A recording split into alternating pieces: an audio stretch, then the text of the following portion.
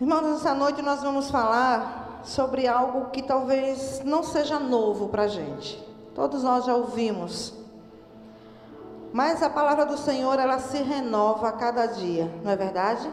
Então que hoje possa haver um renovo daquilo que nós já conhecemos, daquilo que nós já ouvimos algum dia. Eu gostaria que você abrisse a sua Bíblia no livro de Provérbios, capítulo 11, versículo 30. Amém? Que diz assim: o fruto da retidão é árvore de vida, e aquele que ganha almas, sábio é. O fruto da retidão é árvore de vida, e aquele que ganha almas, sábio é. Ganhar almas é um dos nossos pilares da visão celular, não é verdade? Ganhar, consolidar, discipular e enviar. Por isso que eu falei que muitos de nós já ouvimos sobre isso, sobre esse versículo. Jesus foi o maior ganhador de almas que nós conhecemos.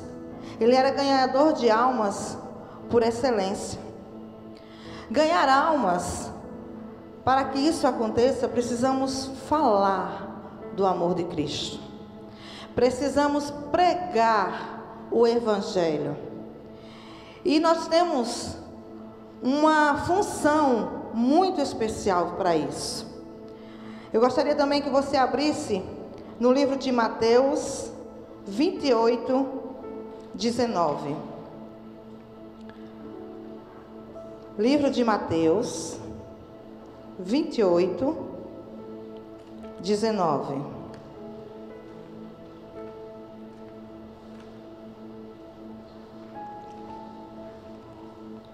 Mateus 28, 19.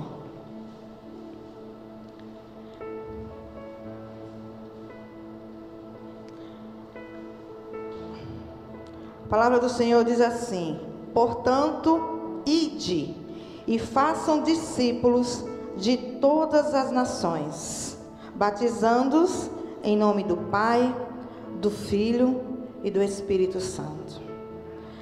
Para falar do amor de Cristo, você não precisa de uma unção especial.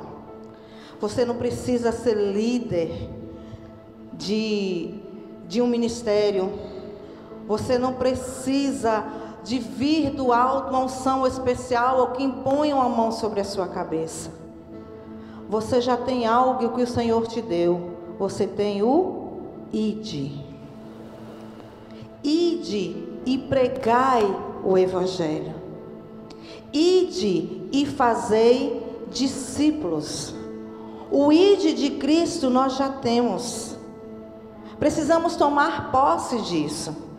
Eu só posso evangelizar no dia que eu fizer parte de uma célula. Eu só posso evangelizar se a pastora Nilza colocar a mão sobre a minha cabeça.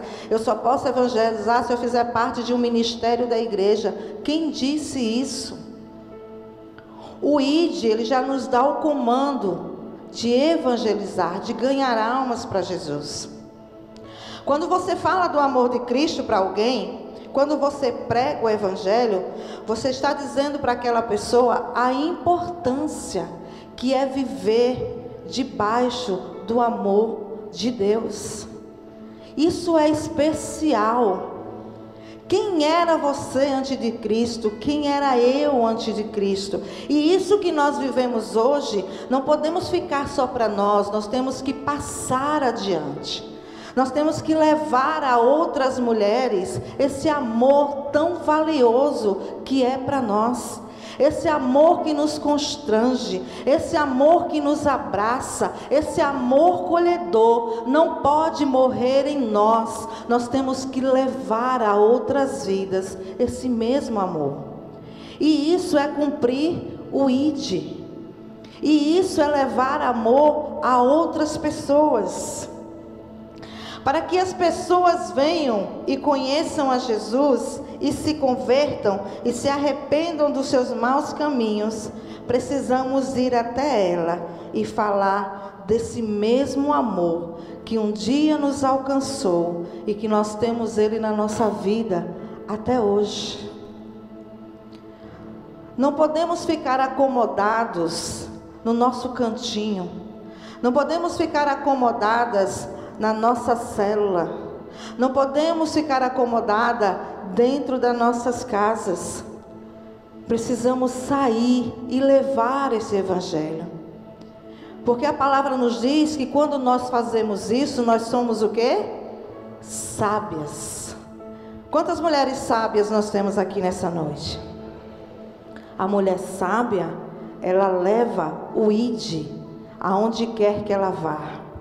A mulher sábia, ela fala do amor de Cristo aonde quer que ela esteja. A mulher sábia, ela não se cala diante desse amor tão grande que é o amor de Deus. Eu gostaria que você abrisse a sua Bíblia em Romanos. Nós vamos passear um pouquinho, viu, gente? Romanos 10, versículos do 13 ao 15. Romanos 10,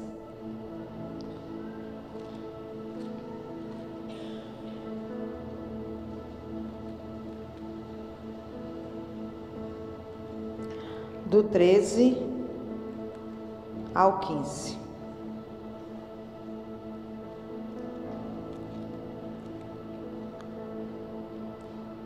Que diz assim: porque todo aquele que invocar o nome do Senhor será salvo. Como, pois, invocarão em quem não creram? E como crerão naquele de quem não ouviram falar? E como ouvirão se não houver quem pregue? E como pregarão se não forem enviados?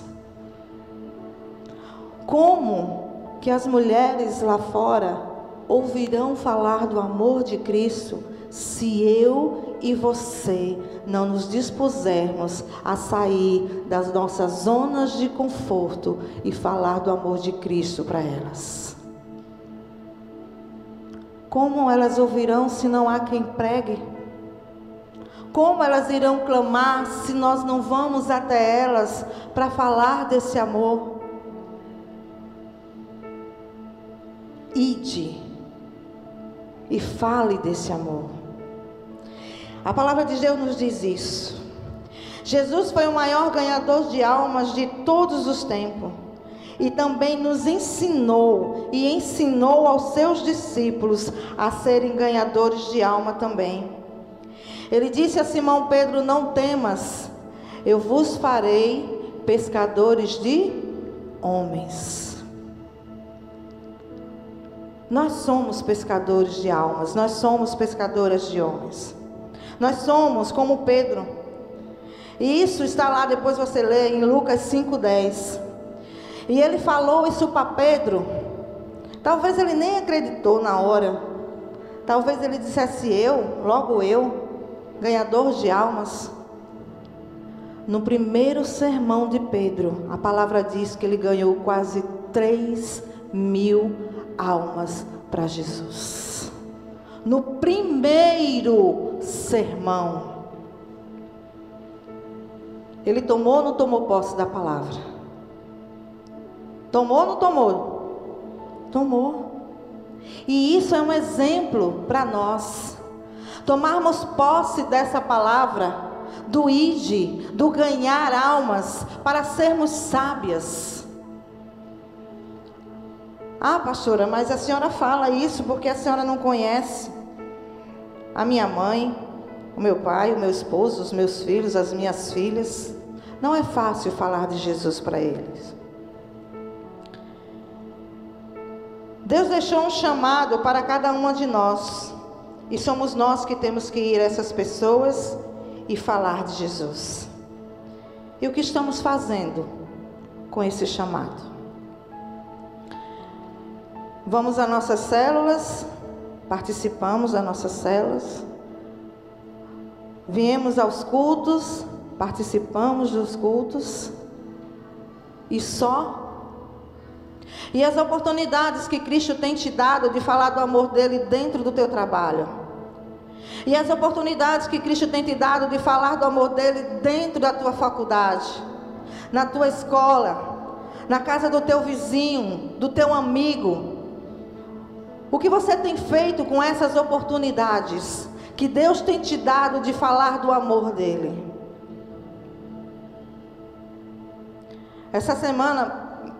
Semana passada, eu estava na loja e estava conversando com uma das colaboradoras e uma cliente entrou, foi fazer o pagamento dela. E na hora dela sair, ela bateu no meu ombro e disse: obrigado pela oração, aquele negócio deu certo. Eu não lembro que negócio foi, mas eu lembro dela, que ela chegou lá de uma forma muito triste. E eu falei para ela confiar no Senhor, porque Ele é Pai, e todo pai ama os seus filhos. E ela lembrou disso, e quando ela saiu, ela disse: obrigado pelas orações, porque deu certo. As oportunidades não podem ser passadas.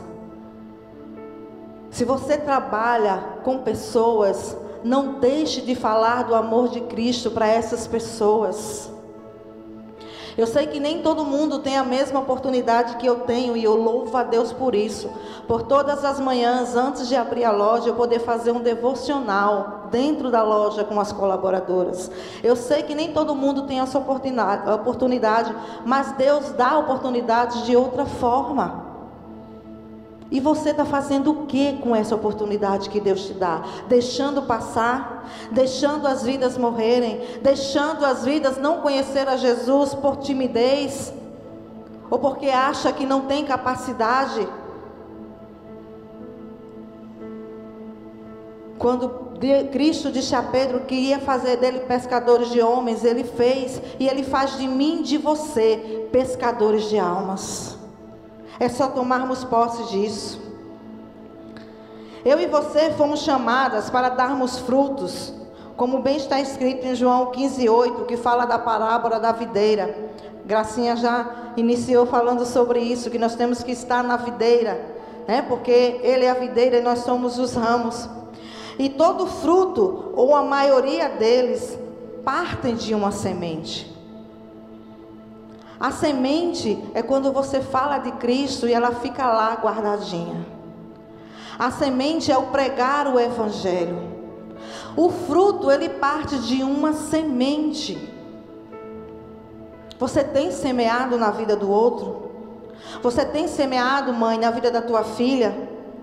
Você tem semeado, esposa, na vida do teu marido? Você tem semeado para que no tempo certo, no kairós de Deus, essa semente frutifique? Você tem semeado, vó, na vida das suas netas, dos seus netos? Ou você tem se calado? Porque o ele não vai ouvir, o ela não vai ouvir, eu não me ouve, eu não me ouve, eu não. Tem sufocado o ide de Cristo na tua vida. Eu queria dar só um testemunho rápido, porque eu aprendi que eu não sei se foi no encontro que eu fui, ou em algum encontro que eu trabalhei, que eu participei, mas alguém falou que no reino de Deus não há pessoas infrutíferas, não há pessoas estéreis. No reino de Deus não pode haver, não ter frutos. E eu quero dar um pequeno testemunho. Acho que foi no começo do mês, ou foi final do mês passado, que teve o seminário de adolescentes aqui. Teve um filho nosso na fé, um discípulo de Garanhuns, que ele veio tocar numa igreja batista em Petrolina. E ele tocou no sábado e no domingo. Como havia o evento dos adolescentes aqui, eu disse: não, domingo, no sábado, nós vamos para o evento dos adolescentes, né, honrarmos a eles. E no domingo, a gente vai encontrar com esse nosso discípulo. Ele era um guri, era um adolescente quando a gente saiu de lá. E ele entrou em contato conosco e disse que queria tanto nos ver, pastor, eu queria tanto ver a senhora, ver o pastor, eu queria ver. E aí eu pedi permissão à minha pastora, Ismael pediu permissão ao pastor Teobaldo, comunicamos a eles que a gente não estaria naquele domingo cultuando aqui, mas por esse motivo. E nós fomos encontrá-lo nessa igreja, cultuamos lá, né? Ele toca bateria, ele toca percussão. E no final nós saímos com ele. Na volta, quando nós estávamos voltando para deixar ele no hotel, estávamos conversando muitas coisas, relembrando muitas coisas. Ele do nada disse assim: pastor, se eu hoje estou no ministério, se eu hoje estou na igreja, se eu hoje sirvo a Cristo nessa área que eu estou, eu devo primeiro a Deus e depois eu devo ao Senhor. O Senhor lembra do que o Senhor me falou quando eu disse ao Senhor que queria fazer parte do louvor? Aí Ismael olhou para ele e disse: não. Ele disse: pois eu lembro. O Senhor disse assim, assim, assim, aqui. E aquilo começou a me comover, eu comecei a chorar no carro. Ele lembra de cada palavra que Ismael disse a ele. Ou seja, a semente foi plantada na vida daquele adolescente. Hoje ele está um homem e vai casar no final do ano. Nos convidou para o casamento dele. E isso não glória a nós de maneira nenhuma. Eu digo isso sem medo de errar.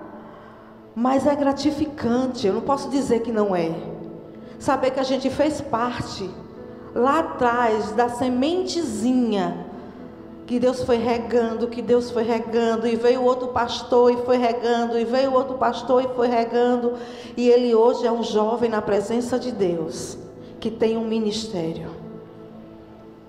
O ID foi feito, a semente foi plantada, ele foi cultivando junto com outros pastores que passaram na vida dele. E isso é gratificante. Ele está na presença do Senhor. Então não há infrutíferos no reino de Deus. Você falar do amor de Cristo, uma hora o fruto, ele aparece. Pode passar o tempo que passar. Pode você não ver hoje nem amanhã o resultado daquela semeadura, mas ela vai acontecer. Ela virá no tempo certo. A semeadura acontece. Porque realmente não há infrutífero no reino de Deus. No reino de Deus há vida e há colheita. E não há coisa melhor do que colheita de vidas, colheita de almas. Saia dessa zona de conforto, de só vir e cultuar, de só participar da célula. Eu já faço muito. Você hoje está aqui, eu hoje estou aqui porque alguém falou de Jesus para nós. Porque alguém pagou o preço por nós. Porque alguém orou e jejuou por nós. Faça você o mesmo por outras pessoas. Faça você o mesmo pelas pessoas da sua casa, da sua família, do bairro que você mora, os seus vizinhos. Pague o preço por eles. Cumpra o ID na vida deles. Não cesse de falar do amor de Deus para eles.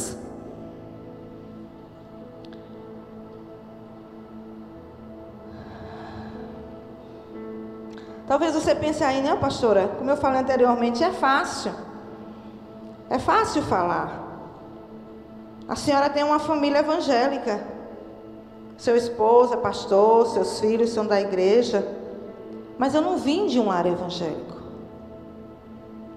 Eu passei as mesmas dificuldades que algumas de vocês passaram quando aceitaram a Cristo, quando se converteram. Resistência da família, resistência dos amigos, afastaram-se de você. Eu não sou diferente de nenhuma de vocês. Eu sei que não é fácil, mas não é impossível. Não é impossível, porque nós estamos servindo a um Deus de milagres, amém? Nós servimos a um Deus que diz que eu posso todas as coisas naquele que me fortalece. É a esse Deus que eu sirvo. Não é um Deus de gesso, não é um Deus de madeira, não é um Deus de pau, não é um Deus de brinquedo. Ele é um Deus de poder. E é esse Deus que me diz: ide. E é esse Deus que me diz: você vai ser ganhadora de almas. E é nesse Deus que eu creio. E tome posse dessa palavra. Eu queria ver com vocês 3 exemplos de homens. Pastora, mas hoje é culto de mulheres. Mas exemplos não tem disso não. Tem exemplos é homens e exemplos são mulheres. De homens da Bíblia que enfrentaram resistências no seu chamado. Que enfrentaram resistências. E eles são homens iguais a mim e a você. Que enfrentamos resistência. Eu queria que você abrisse no livro de 1 Samuel 17, 25 ao 28.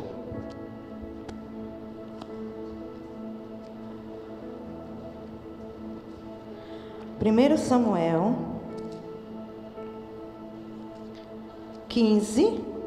17,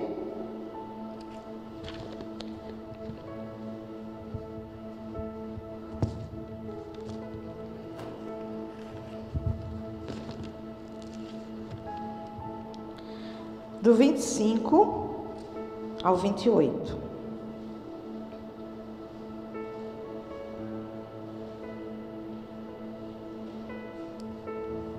Diz assim: os israelitas diziam entre si: vocês viram aquele homem? Ele veio desafiar Israel. O rei dará grandes riquezas a quem o vencer. Também lhe dará sua filha em casamento. E isentará de impostos em Israel a família de seu pai. Davi perguntou aos soldados que estavam ao seu lado: o que receberá o homem que matar esse filisteu e salvar a honra de Israel? Quem é esse filisteu incircunciso para desafiar os exércitos do Deus vivo? Repetiram a Davi o que haviam comentado e lhe disseram: é isso que receberá o homem que matá-lo. Quando Eliabe, o irmão mais velho, ouviu Davi falando com os soldados, ficou muito irritado com ele e perguntou: por que você veio até aqui? Com quem deixou aquelas poucas ovelhas no deserto? Sei que você é presunçoso e que seu coração é mau. Você veio só para ver a batalha. Essa passagem fala sobre Golias. Nós conhecemos a história de Davi e Golias, o gigante que desafiava. Davi, um menino franzino, o mais novo da casa, um menino de mãe, né, pastora? Que foi o homem, o menino, na verdade, que matou o gigante Golias. Mas Davi não foi diferente de mim e de você. Davi enfrentou oposição dentro da sua própria casa. O irmão dele diz assim: o que você veio fazer aqui? Em outras palavras, quem você pensa que é? Você acha que é melhor do que eu? Ou do que o nosso irmão? Porque os 2 irmãos mais velhos de Davi faziam parte do exército de Saul. Quem você pensa que é para querer matar o gigante? E aí ele, não contente, faz a segunda pergunta: com quem você deixou as ovelhas? Ou seja, em outras palavras, você é só um pastorzinho de ovelhas. Isso aqui é para homem. Isso aqui é para guerreiro. Quantas vezes você ouviu dentro da sua casa: quem é você que bebia, que dançava, que farrava, passava a noite fora, agora quer dar uma de santa e falar de Jesus para mim? Quantas vezes você enfrentou oposição dentro da sua própria casa, porque eles te conhecem? Quantas vezes eu enfrentei oposição dentro da minha casa para falar de Jesus para os meus irmãos mais velhos? Mais nova, a caçula, hoje crente, quer falar de Jesus. Nós enfrentamos resistência e oposição dentro da nossa casa, mas não é para nos paralisar, é para dobrar os joelhos e orar por cada um deles, porque você é uma mulher sábia. Ore por eles, jejue por eles, pague o preço por eles, faça por eles o mesmo que fizeram por você, para você estar aqui hoje. Quantas vezes eu ouvi da minha mãe: vai para a igreja? Pois fique por lá, porque quando você chegar em casa a porta vai estar fechada. Eu ia, já deixava o esquema lá feito: ó, vou para casa, se não tiver eu vou dormir na tua casa hoje, vou dormir na tua casa hoje. Ela nunca fez, mas ameaçou muitas vezes. A gente sofre resistência dentro da nossa família, porque eles nos conhecem, eles sabem da nossa fraqueza, eles sabem das nossas falhas e querem usar isso contra nós. Mas não desista, não pare de crer, os sonhos de Deus jamais vão morrer. Se você sonha com a tua família diante do altar do Senhor, continue sonhando, ora na tua casa. Vamos ver um outro exemplo de um outro homem que enfrentou oposição. Vamos no livro de Atos. Gente, eu estou correndo um pouquinho por cada hora, mas eu vou fazer os 3. Livro de Atos.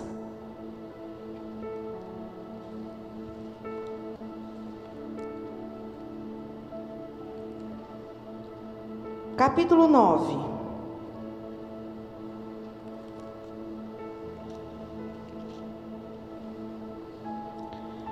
Nós vamos ler do versículo 4 ao 6, depois do 10 ao 15. Atos 9, do 4 ao 6, depois do 10 ao 15, que diz assim: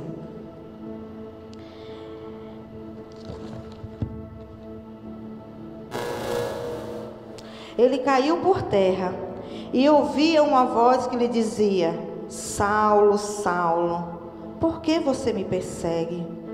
Saulo perguntou: quem és tu, Senhor? Ele respondeu: eu sou Jesus, a quem você persegue. Levante-se, entre na cidade, alguém lhe dirá o que você deve fazer. Versículo 7. Os homens que viajavam com Saulo pararam emudecidos, ouviam a voz, mas não viam ninguém. Saulo levantou-se do chão e, abrindo os olhos, não conseguia ver nada. E os homens os levaram pela mão até Damasco. Por 3 dias ele esteve cego, não comeu nem bebeu. Em Damasco havia um discípulo chamado Ananias. O Senhor chamou numa visão: Ananias, eis-me aqui. Respondeu ele. O Senhor lhe disse: vá à casa de Judas, na rua chamada direita, e pergunte por um homem de Tarso chamado Saulo. Ele está orando, e numa visão viu um homem chamado Ananias chegar, e impôs-lhe as mãos para que voltasse a ver. Respondeu Ananias: Senhor, tenho ouvido muita coisa a respeito desse homem e de todo o mal que ele tem feito aos seus santos em Jerusalém. Ele chegou aqui com autorização dos chefes dos sacerdotes para prender todos os que invocarem o teu nome. Mas o Senhor disse a Ananias: vai, esse homem é meu instrumento escolhido para levar o meu nome perante os gentios e seus reis e perante o povo de Israel. Saulo, que depois tornou-se Paulo,